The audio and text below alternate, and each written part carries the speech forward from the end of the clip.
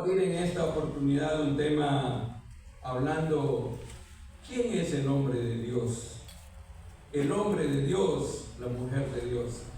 Vamos a hablar en esta noche las características que debe tener un hombre de Dios, que debe tener la mujer de Dios, porque cuando la Biblia describe quién es el hombre de Dios, no se refiere solamente al sexo alusivo a nosotros como varones, sino que es un término general también para las mujeres. Entonces, en la palabra del Señor, cuando se dice hombre de Dios, mujer de Dios, y este término quiere decir que si usted y yo, hermana, hermano, somos de Dios, dice de Dios, mire, hombre de Dios, quiere decir que le pertenecemos a Dios, quiere decir que Dios es nuestro dueño. Vamos a tomar como base en esta oportunidad un versículo, una porción muy conocida de 2 Timoteo, capítulo 3, versículos 16 y 17. Y aquí vamos a encontrar algo interesante, alusivo a cómo debe ser el hombre de Dios, cómo debe ser la persona que Dios lo llama y que Dios reconoce para ser de él. Dice este versículo, muy conocido para muchos: toda la escritura es inspirada por Dios, toda la escritura es inspirada por Dios, y útil para enseñar, para redarguir, para corregir, para instruir en justicia, a fin de que el hombre de Dios, aquí está la palabra clave, a fin de que el hombre de Dios sea perfecto, enteramente preparado para toda buena obra.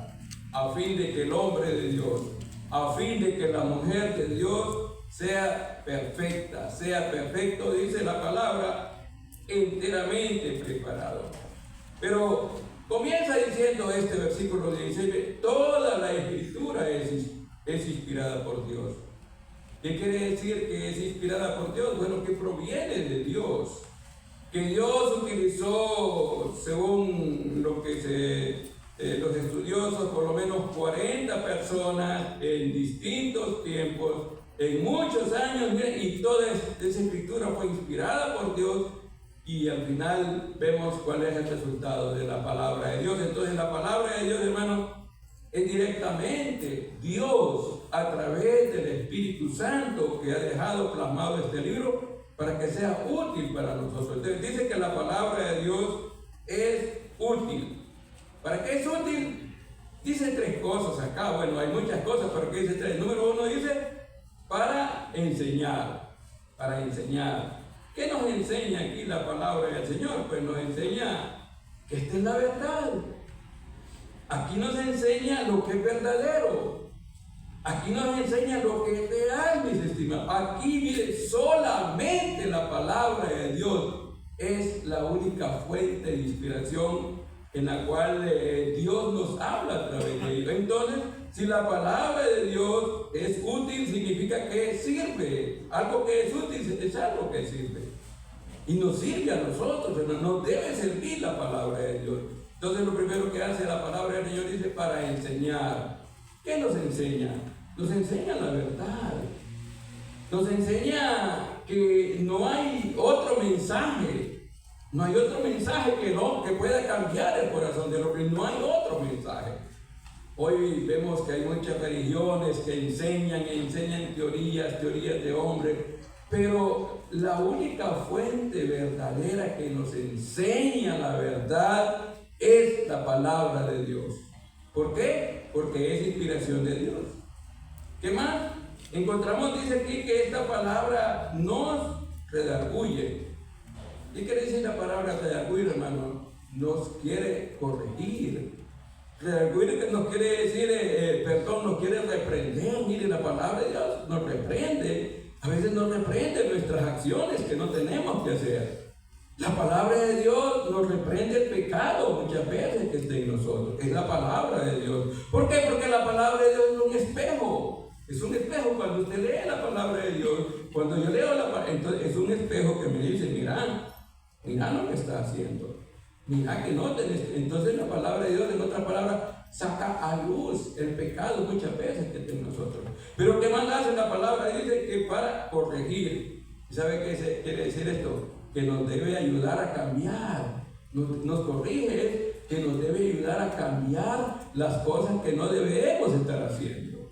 Que no debemos estar haciendo. Y además de que nos debe ayudar a cambiar las cosas que muchas veces estamos haciendo equivocadamente. ¿Cuántas veces nos hemos equivocado, hermano? Miles de veces.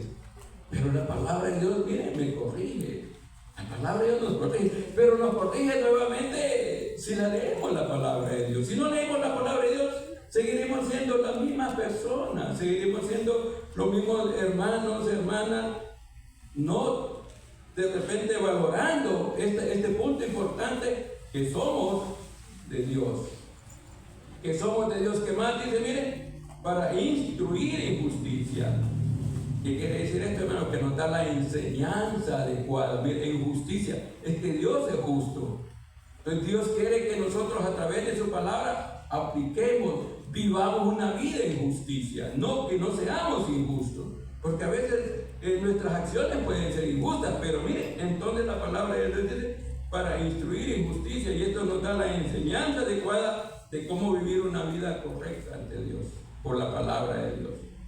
Ahora el versículo 17, que es la parte que yo quisiera que lleváramos en la secuencia, que vamos a ver cuáles son las características, dice, a fin de que el hombre de Dios, a fin de que el hombre de Dios, hombre de Dios. Esta palabra suena muy bonita, ¿verdad? Cuando usted le dice, ajá, hombre de Dios, ajá, varón de Dios. Yo no sé si usted alguna vez le han dicho, ajá, varón de Dios, ajá, mujer de Dios. Hermano, a fin de que el hombre de Dios de Dios dice, sea perfecto. La vida de perfección no quiere decir que no vamos a pecar, claro que vamos a pecar, pero quiere decir, hermano, que nuestra vida es una vida de madurez espiritual. La perfección quiere decir madurar, crecer, pero eso hace la palabra de Dios, a fin de que el hombre de Dios sea perfecto, enteramente preparado para toda buena obra. Preparado para toda buena obra. Buena obra, hermano, son acciones que usted y yo tenemos que tener. El hombre de Dios debe tener buenas acciones. La mujer de Dios debe tener buenas acciones. ¿Por qué? Porque dice, a fin de que el hombre de Dios sea, mire, perfecto, enteramente, completo, preparado para toda buena obra. Y la buena obra, hermano, son aquellas acciones que muchas veces nosotros tenemos que hacer en beneficio de nuestros prójimos. Las buenas acciones. No para ser salvos, no. Porque ya somos salvos, tenemos que tener buenas acciones. Hay personas que hacen buenas acciones porque creen que las buenas acciones nos van a salvar. No, para nosotros como hijos de Dios, más bien, las acciones son evidencia que somos hijos de Dios. Nuestras buenas acciones, nuestras buenas obras son aquellas evidencias, señales que la gente puede decir, miren, este sí es un hombre de Dios, mira qué buena acción tiene. Como digo, la gente hace acciones ahora, muchos los religiosos hacen acciones porque piensan que ellos por sus buenas obras van a tener la salvación. Y la Biblia dice, por gracia soy salvo. Por gracia soy salvo, es la gracia de Dios. Pero miren lo que dice Efesios 2:10. En Efesios 2:10 encontramos un versículo muy precioso que nos da aquí cómo tienen que ser nuestras acciones. Entonces dice aquí, en este versículo de Efesios 2:10, porque somos hechura suya. Ahora mire, porque somos hechura suya, creados en Cristo Jesús para buenas obras. El hombre de Dios es perfecto, enteramente preparado para buenas. Entonces ahora aquí en Efesios nos dice, porque somos hechura suya, creados en Cristo Jesús para buenas obras, las cuales Dios preparó de antemano para que anduviésemos en ellas. Dios quiere que andemos en buenas acciones, hermano, que andemos en buenas obras. ¿Por qué? Porque Dios las preparó.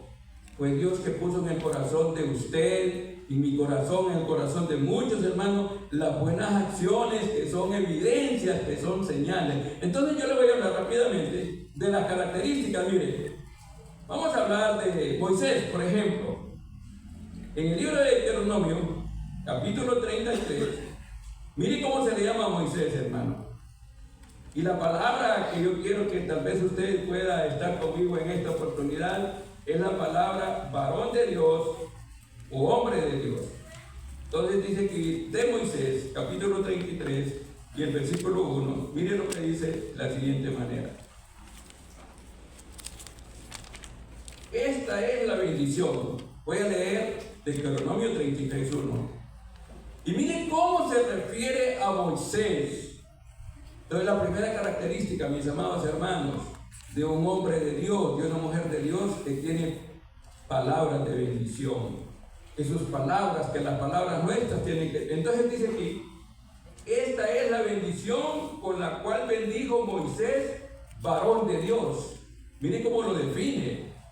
Cómo define aquí a Moisés. Esta es la bendición con la cual bendijo Moisés, varón de Dios, a los hijos de Israel antes que muriese. O sea, antes de morir Moisés, aquí en el capítulo 33, ya está en su proceso final. Ya vemos en el capítulo 34, cuando él muere y todo. Pero mire, él, antes de morir, él tiene palabras de bendición. ¿Por qué? Porque él era un varón de Dios. Porque él era un hombre de Dios. Hermanos, y los hombres de Dios y las mujeres de Dios, los hombres de Dios debemos tener palabras de bendición, palabras de bendición. Aquí encontramos este ejemplo maravilloso. Entonces dice que Moisés habló al pueblo de Israel y comenzó a bendecir a cada uno de los miembros de las tribus de Israel. Dice que hay algo interesante en el capítulo 49 de Génesis, cuando Jacob, que es el mismo Israel, está dando palabras, pero en el caso de Rubén no lo bendijo. Ni a Leví ni a Judá no les dio la bendición que más adelante Moisés se la dio, porque ya Moisés ya a Leví y los reconoce para que sean los sacerdotes. Pero en el caso, si usted lee en el capítulo 49, como le digo, ya más bien Jacob reprende a Rubén, le dice: te subiste al lecho de tu padre. Y sabemos que fue lo que había pasado con la vida de Rubén, que había desobedecido a su padre. Pero aquí vemos algo muy lindo, hermano, que ya las palabras que había dicho Jacob, ya Moisés viene, las toma y bendice a los hijos de Israel, y bendice.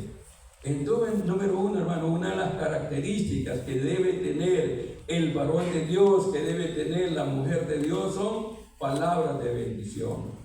¿Cómo son nuestras palabras, hermano? ¿Cómo son nuestras palabras ante los demás? ¿Qué le decimos a aquellas personas que necesitan escuchar una palabra de aliento, una palabra de bendición? Entonces, aquí está hablando de Moisés, que se le conoce como varón de Dios. Más adelante, miren, la segunda característica la encontramos a través de la vida de Elías. Mire Elías, hermano, capítulo 17 de Primera Reyes.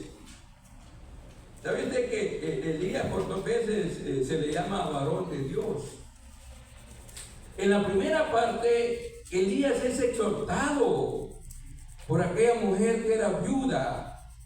En el capítulo 17 de Primera Reyes, miren lo que dice el versículo 18 de Primera Reyes. Aquella viuda, su hijo ha muerto, su hijo pues se le fue el aliento de vida. Entonces ella le dice a Elías, miren cómo le dice el versículo 18 del capítulo 17 de Primera Reyes. Y ella dijo a Elías: ¿qué tengo yo contigo, varón de Dios? ¿Qué tengo yo contigo, varón? Estaba molesta aquella mujer. Estaba molesta porque su hijo había muerto. Y le sigue diciendo: has venido a mí para traer memoria de mis iniquidades y para hacer morir a mi hijo. Aquella mujer, su corazón estaba tan resentido, estaba tan lleno de amargura, a lo mejor que está reprendiendo a Elías y le dice: ¿qué tengo yo contigo, varón de Dios? Pero mira, ya en el versículo 25 cambia la actitud de aquella mujer. Aquella mujer ya no lo recrimina, ya no lo exhorta, sino que le dice en el versículo 24 de este libro de Primera Reyes, siempre 17. Y entonces dijo la mujer, mire, la misma mujer le dijo a Elías: ahora conozco que tú eres varón de Dios. Ahora conozco que tú eres varón de Dios. Primero lo estaba exhortando, primero estaba molesto, primero estaba molido, estaba resentida ella. Pero ahora mire qué lindo, hermano, esta parte. ¿Sabe qué quiere decir esto? Que esta mujer le dice: ahora conozco que tú eres varón de Dios y que la palabra de Jehová es verdad en tu boca. Aquí podemos encontrar dos cosas, hermano. Que la palabra que aquella mujer estaba viendo en la vida de Elías era la palabra de verdad. Era la palabra que aquel hombre estaba hablando con autoridad. ¿Y sabe qué estaba haciendo en este momento Elías? Estaba resucitando a aquel joven. Y puedo entender que lo que Elías está haciendo, hermano, es como levantando una nueva generación, Esta nueva generación que él está levantando, que había muerto. Se imagina aquella mujer, ya está viuda, tiene su hijo, y si se le muere este hijo, esta generación ahí muere. Pero no, viene Elías, Dios lo usa, y con la palabra que él tuvo, con todo el proceso del milagro, y ahora le dice: tú eres varón de Dios, tú eres varón de Dios. Le dice: ¿por qué? Porque la palabra de Jehová es verdad en tu boca. Que solamente con la palabra de Dios, hermano, podemos nosotros, vamos a hablar de las generaciones que vienen tras nosotros, hijos, nietos. Hay una generación, hermano, que necesita. ¿Sabes? Estas generaciones están muriendo. Estas generaciones se nos están yendo, hermano, se nos están yendo. ¿Qué tenemos que hacer nosotros? Tenemos que tener la actitud que tuvo Elías, y que aquella mujer reconoce que este varón de Dios, mire, varón de Dios, esa palabra que tú tienes es la palabra de Jehová, y eso es verdad. Hermano, esta generación que nosotros estamos viendo, que nos están muriendo, yo no sé si usted siente eso, que esta generación se ha vuelto dura, indiferente, rebelde para las cosas de Dios. Mire, estas generaciones que están viniendo, nuestros hijos, nietos y las descendencias que vienen, todas vienen más duras para las cosas de Dios. Pero sabe que no tenemos que dejar de hablar de la palabra de Dios. Porque la palabra de Dios es la única verdad. La palabra de Dios es la que puede tocar el corazón de esta generación. Esta generación necesita la palabra de Dios. Necesita la palabra de verdad. Y le voy a leer nuevamente este versículo. Entonces la mujer dijo a Elías: ahora conozco que tú eres varón de Dios y que la palabra de Jehová es verdad en tu boca. ¿Es de verdad la palabra de nosotros, hermanos, que decimos, que compartimos con las generaciones que vienen, las generaciones que están abajo de nosotros? Estas generaciones, lamentablemente, se están volviendo cada día más duras. Les aseguro que así como vamos, muchas iglesias como en Estados Unidos, que se dice que allá por lo menos se cierra una iglesia al mes. Yo les digo porque yo he estado en lugares donde los locales se han cerrado, se cierran en muchas partes de Estados Unidos, especialmente en iglesias de habla inglés. Hay partes donde 3, 4 personas de 85, 90 años son las personas que están en esa iglesia. Esas iglesias están muriendo. Pero no, nuestras iglesias también pueden llegar a ese extremo. ¿Qué tenemos que hacer nosotros nuevamente? Le digo, hermano, como mujeres que tenemos en la iglesia, como hermanas, como varones que somos, como hermanos, no dejemos de hablar de la palabra de Dios. Ahora conozco, dice, mira, ahora primero no conocía, primero estaba molesta y ahora está molesta, ahora conozco. Que la palabra que tú tienes en tu boca es la palabra de Dios. Varón de Dios es. Número 3, hermano. ¿Qué más? Te estoy hablando de las características del hombre de Dios. Vamos a hablar ahora de Samuel. Mire 7 de 1 Samuel. Aquí vamos a encontrar ahora lo que pasó con Samuel. Y el versículo 8 del capítulo 9 de 1 Samuel. Miren, aquí hay un momento que yo creo que tal vez conocemos la historia, que al papá de Saúl se le han perdido unos asnos y él se va para buscarlos y de repente ya tienen 3 días que no hayan el asno y llega a un lugar, Saúl y su criado, donde iba a estar Samuel. Samuel era el profeta de Dios, Samuel era el hombre de Dios. Y entonces el criado le dice, en 1 Samuel 9, veamos, dice el versículo 8, entonces volvió el criado a responder a Saúl, diciendo, he aquí que se halla en mi mano la 4ª parte de un ciclo de plata, esto daré al varón de Dios. Esto daré al varón de Dios. ¿Quién es el varón de Dios en este momento? Samuel. Ahora, ¿por qué se lo va a dar? Dice, esto daré al varón de Dios para que nos declare nuestro camino. Andaban perdidos. Ya tenían sus días de estar perdidos Saúl con su criado. En aquel tiempo, cuando se iba a ver al profeta, el que lo visitaba tenía que llevarle un presente, tenía que llevarle un regalo. Y el criado tiene un regalo, dice, esto le voy a dar. ¿A quién se le va a dar? Mira, hermano, yo quiero que tal vez me quieren en esta noche, pueda ver que la palabra clave, ¿cómo se le llama a estos hombres? Varón de Dios. Esto daré al varón de Dios. ¿Para qué le dice? Para que nos declare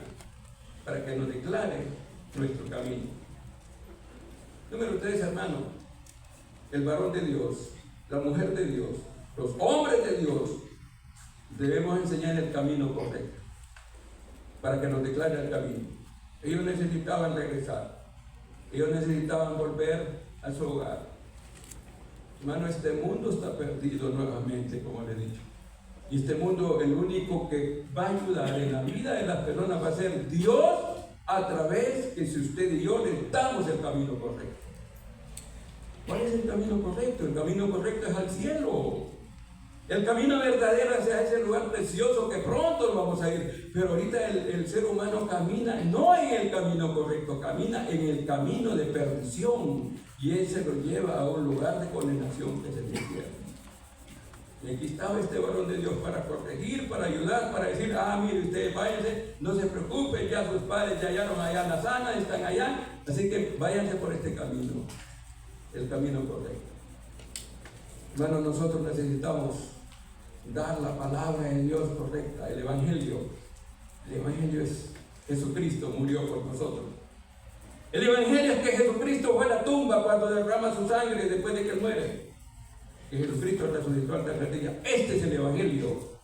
Este es el camino correcto que tenemos que mostrarle a este mundo que está perdido, que va por el camino incorrecto, que va hacia su lugar de condenación, que es el infierno.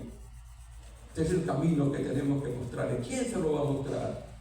El hombre de Dios, la mujer de Dios, que todos tenemos la capacidad de hablarle a estos seres humanos.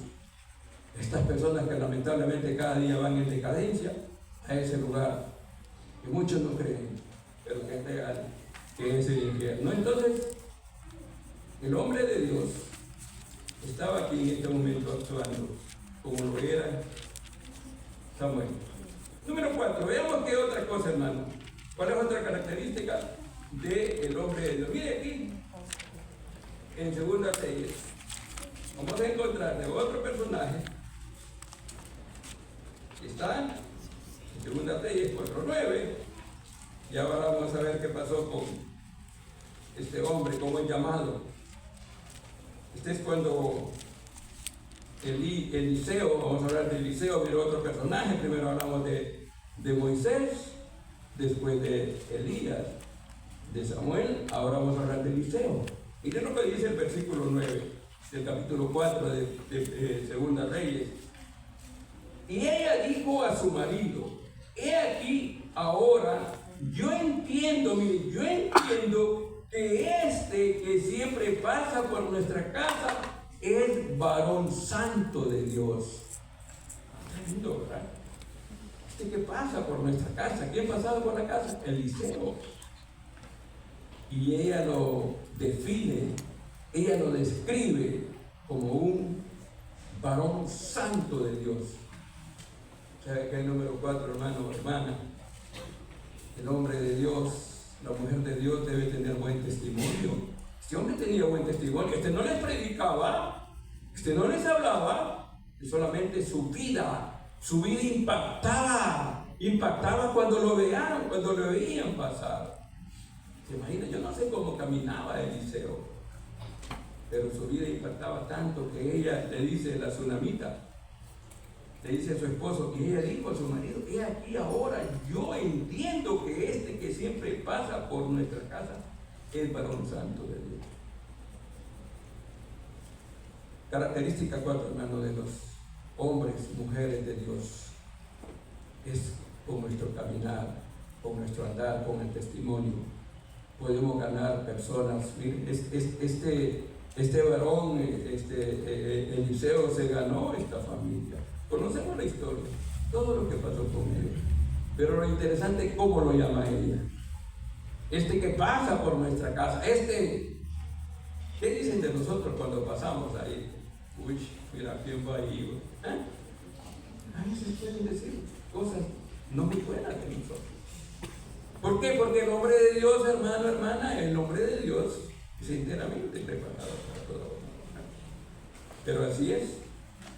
Entonces, encontramos que el hombre de Dios tiene buen testimonio.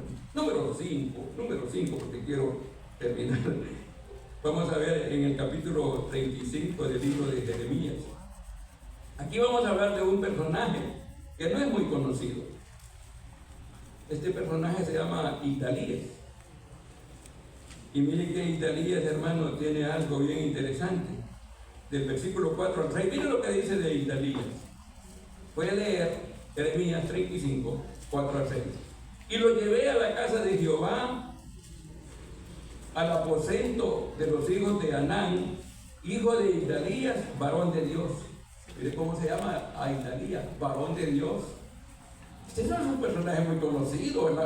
Los otros personajes que yo le he mencionado, Moisés, Elías, Samuel, Eliseo, pero Isaías no es conocido, pero mire cómo se le llama. Entonces dice aquí que varón de Dios, el cual estaba junto al aposento de los príncipes, que estaba sobre el aposento de Maasías, hijo de Salum, guarda de la puerta, y puse delante a los hijos de la familia de los recabitas tazas, copas llenas de vino, y les dije, bebed vino.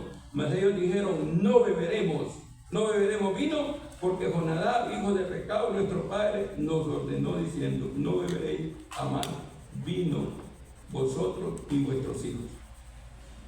Número 5, hermano. El varón de Dios obedece. Imagina esta generación, no vamos a beber porque ya nos dijeron que no bebieran. La obediencia, hermano. Aquí encontramos a este personaje llamado Isaías, es obediente. A veces no necesitamos ser nosotros conocidos. ¿Y quién es? No, pero mire que es obediente. Viera esa hermana que obediente es. Y conoce usted al hermano fulano, el hermano, me gusta la dinámica que tiene el hermano Jesús. Ustedes conocen a la hermana tal. Ni sabe. Póngase el hermano para que la conozca. Muy bonita la dinámica para que la conozcan. ¿Sabe por qué? Porque para veces es obediente la hermana. Hermano, la vida de obediencia. El hombre de Dios, la mujer de Dios, debe ser obediente. Debemos ser obedientes. ¿Por qué? Porque somos de Dios. Y como somos de Dios, le pertenecemos a Él. Número 6. Vamos a hablar de otro personaje que está en 1 Reyes 12. Y este personaje se llama Semaías. Mire que este Semaías, él es un hombre que fue llamado para servir de intermediario, porque Semaías era un hombre que, voy a parafrasear la idea, él era un ayudador de Roboam. Roboam era hijo de Saúl.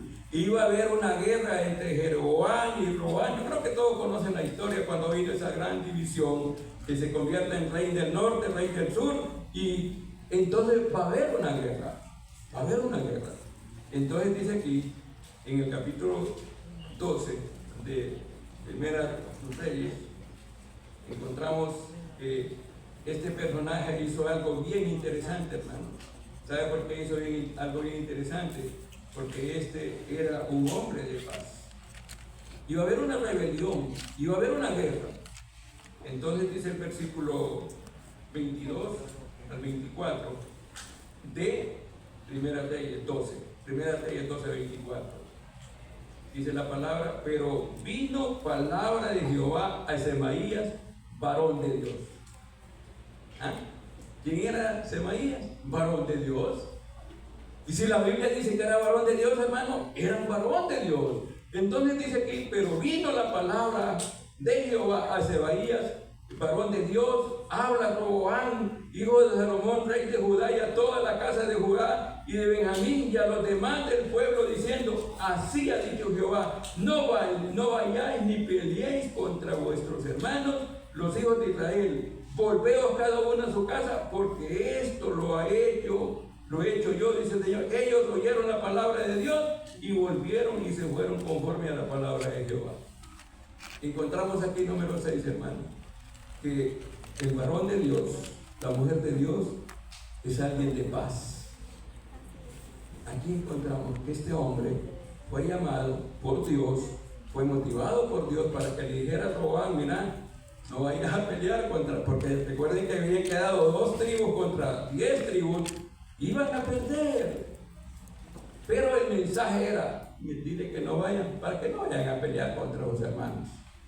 Entonces, en otras palabras, este personaje que se llama Semaías, este hombre es un intermediario. No hubo paz. Qué bonito, ¿verdad? Cuando uno lo llaman, cuando hay un conflicto: mire, hermano, hable con fulano. Mire que esta hermana, este hermano tiene malas intenciones. Hable con ellos, ayudémosle. Hermano, mire, la paz es algo interesante en la iglesia, en los hogares. La paz es lo que Dios busca que haya entre nosotros. ¿Por qué? Porque el hombre de Dios y la mujer de Dios debe ser ¿qué? De paz. La paz de Dios que está en nuestros corazones. La paz de Dios que debe estar en la vida de cada hijo de Dios. No ser conflictivo, no ser ahí beligerante. No, hermanos, seamos como Dios dice en su palabra, como lo era Semaías, varón de Dios.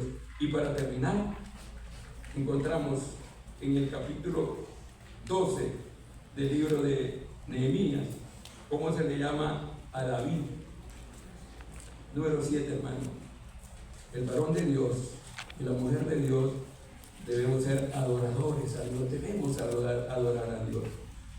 Dice Nehemías 12:24, con esto termino. Los principales, Nehemías 12:24, los principales de los levitas, Asabías, Serebías, Jesúa, hijo de Calmiel, y sus hermanos, delante de ellos para alabar y dar gracias conforme al estatuto de David, varón de Dios. Qué tremendo, ¿verdad? Conforme a lo que David había dejado, varón de Dios. Varón de Dios, dice, guardando su turno. El varón de Dios debe ser adorador. Pero adorar, hermano, no quiere decir venir el domingo por la mañana y vamos, no. La adoración, ¿sabe qué es? Es la vida de servicio a Dios. Si usted es mujer de Dios, si usted, mi hermano y mi hermana, es también un varón de Dios, su corazón tiene que ser un corazón de adorador. ¿Es usted adorador? En otras palabras, ¿usted se siente que es un varón de Dios? ¿Usted se siente que es una mujer de Dios? Ojalá, mis amados hermanos, que, como dice el versículo 17, a fin de que el hombre de Dios sea perfecto, enteramente preparado para toda buena obra. Y toda buena obra, hermano, son acciones que usted y yo debemos tener como verdaderos hijos de Dios. Ese es el Señor que nos ayude y que nos haga reflexionar. Somos varones de Dios, o si mis amadas hermanas son mujeres de Dios, solo usted lo sabe. ¿Qué es lo que Dios quiere que seamos para la honra y gloria de su nombre? Señor, bendiga su palabra.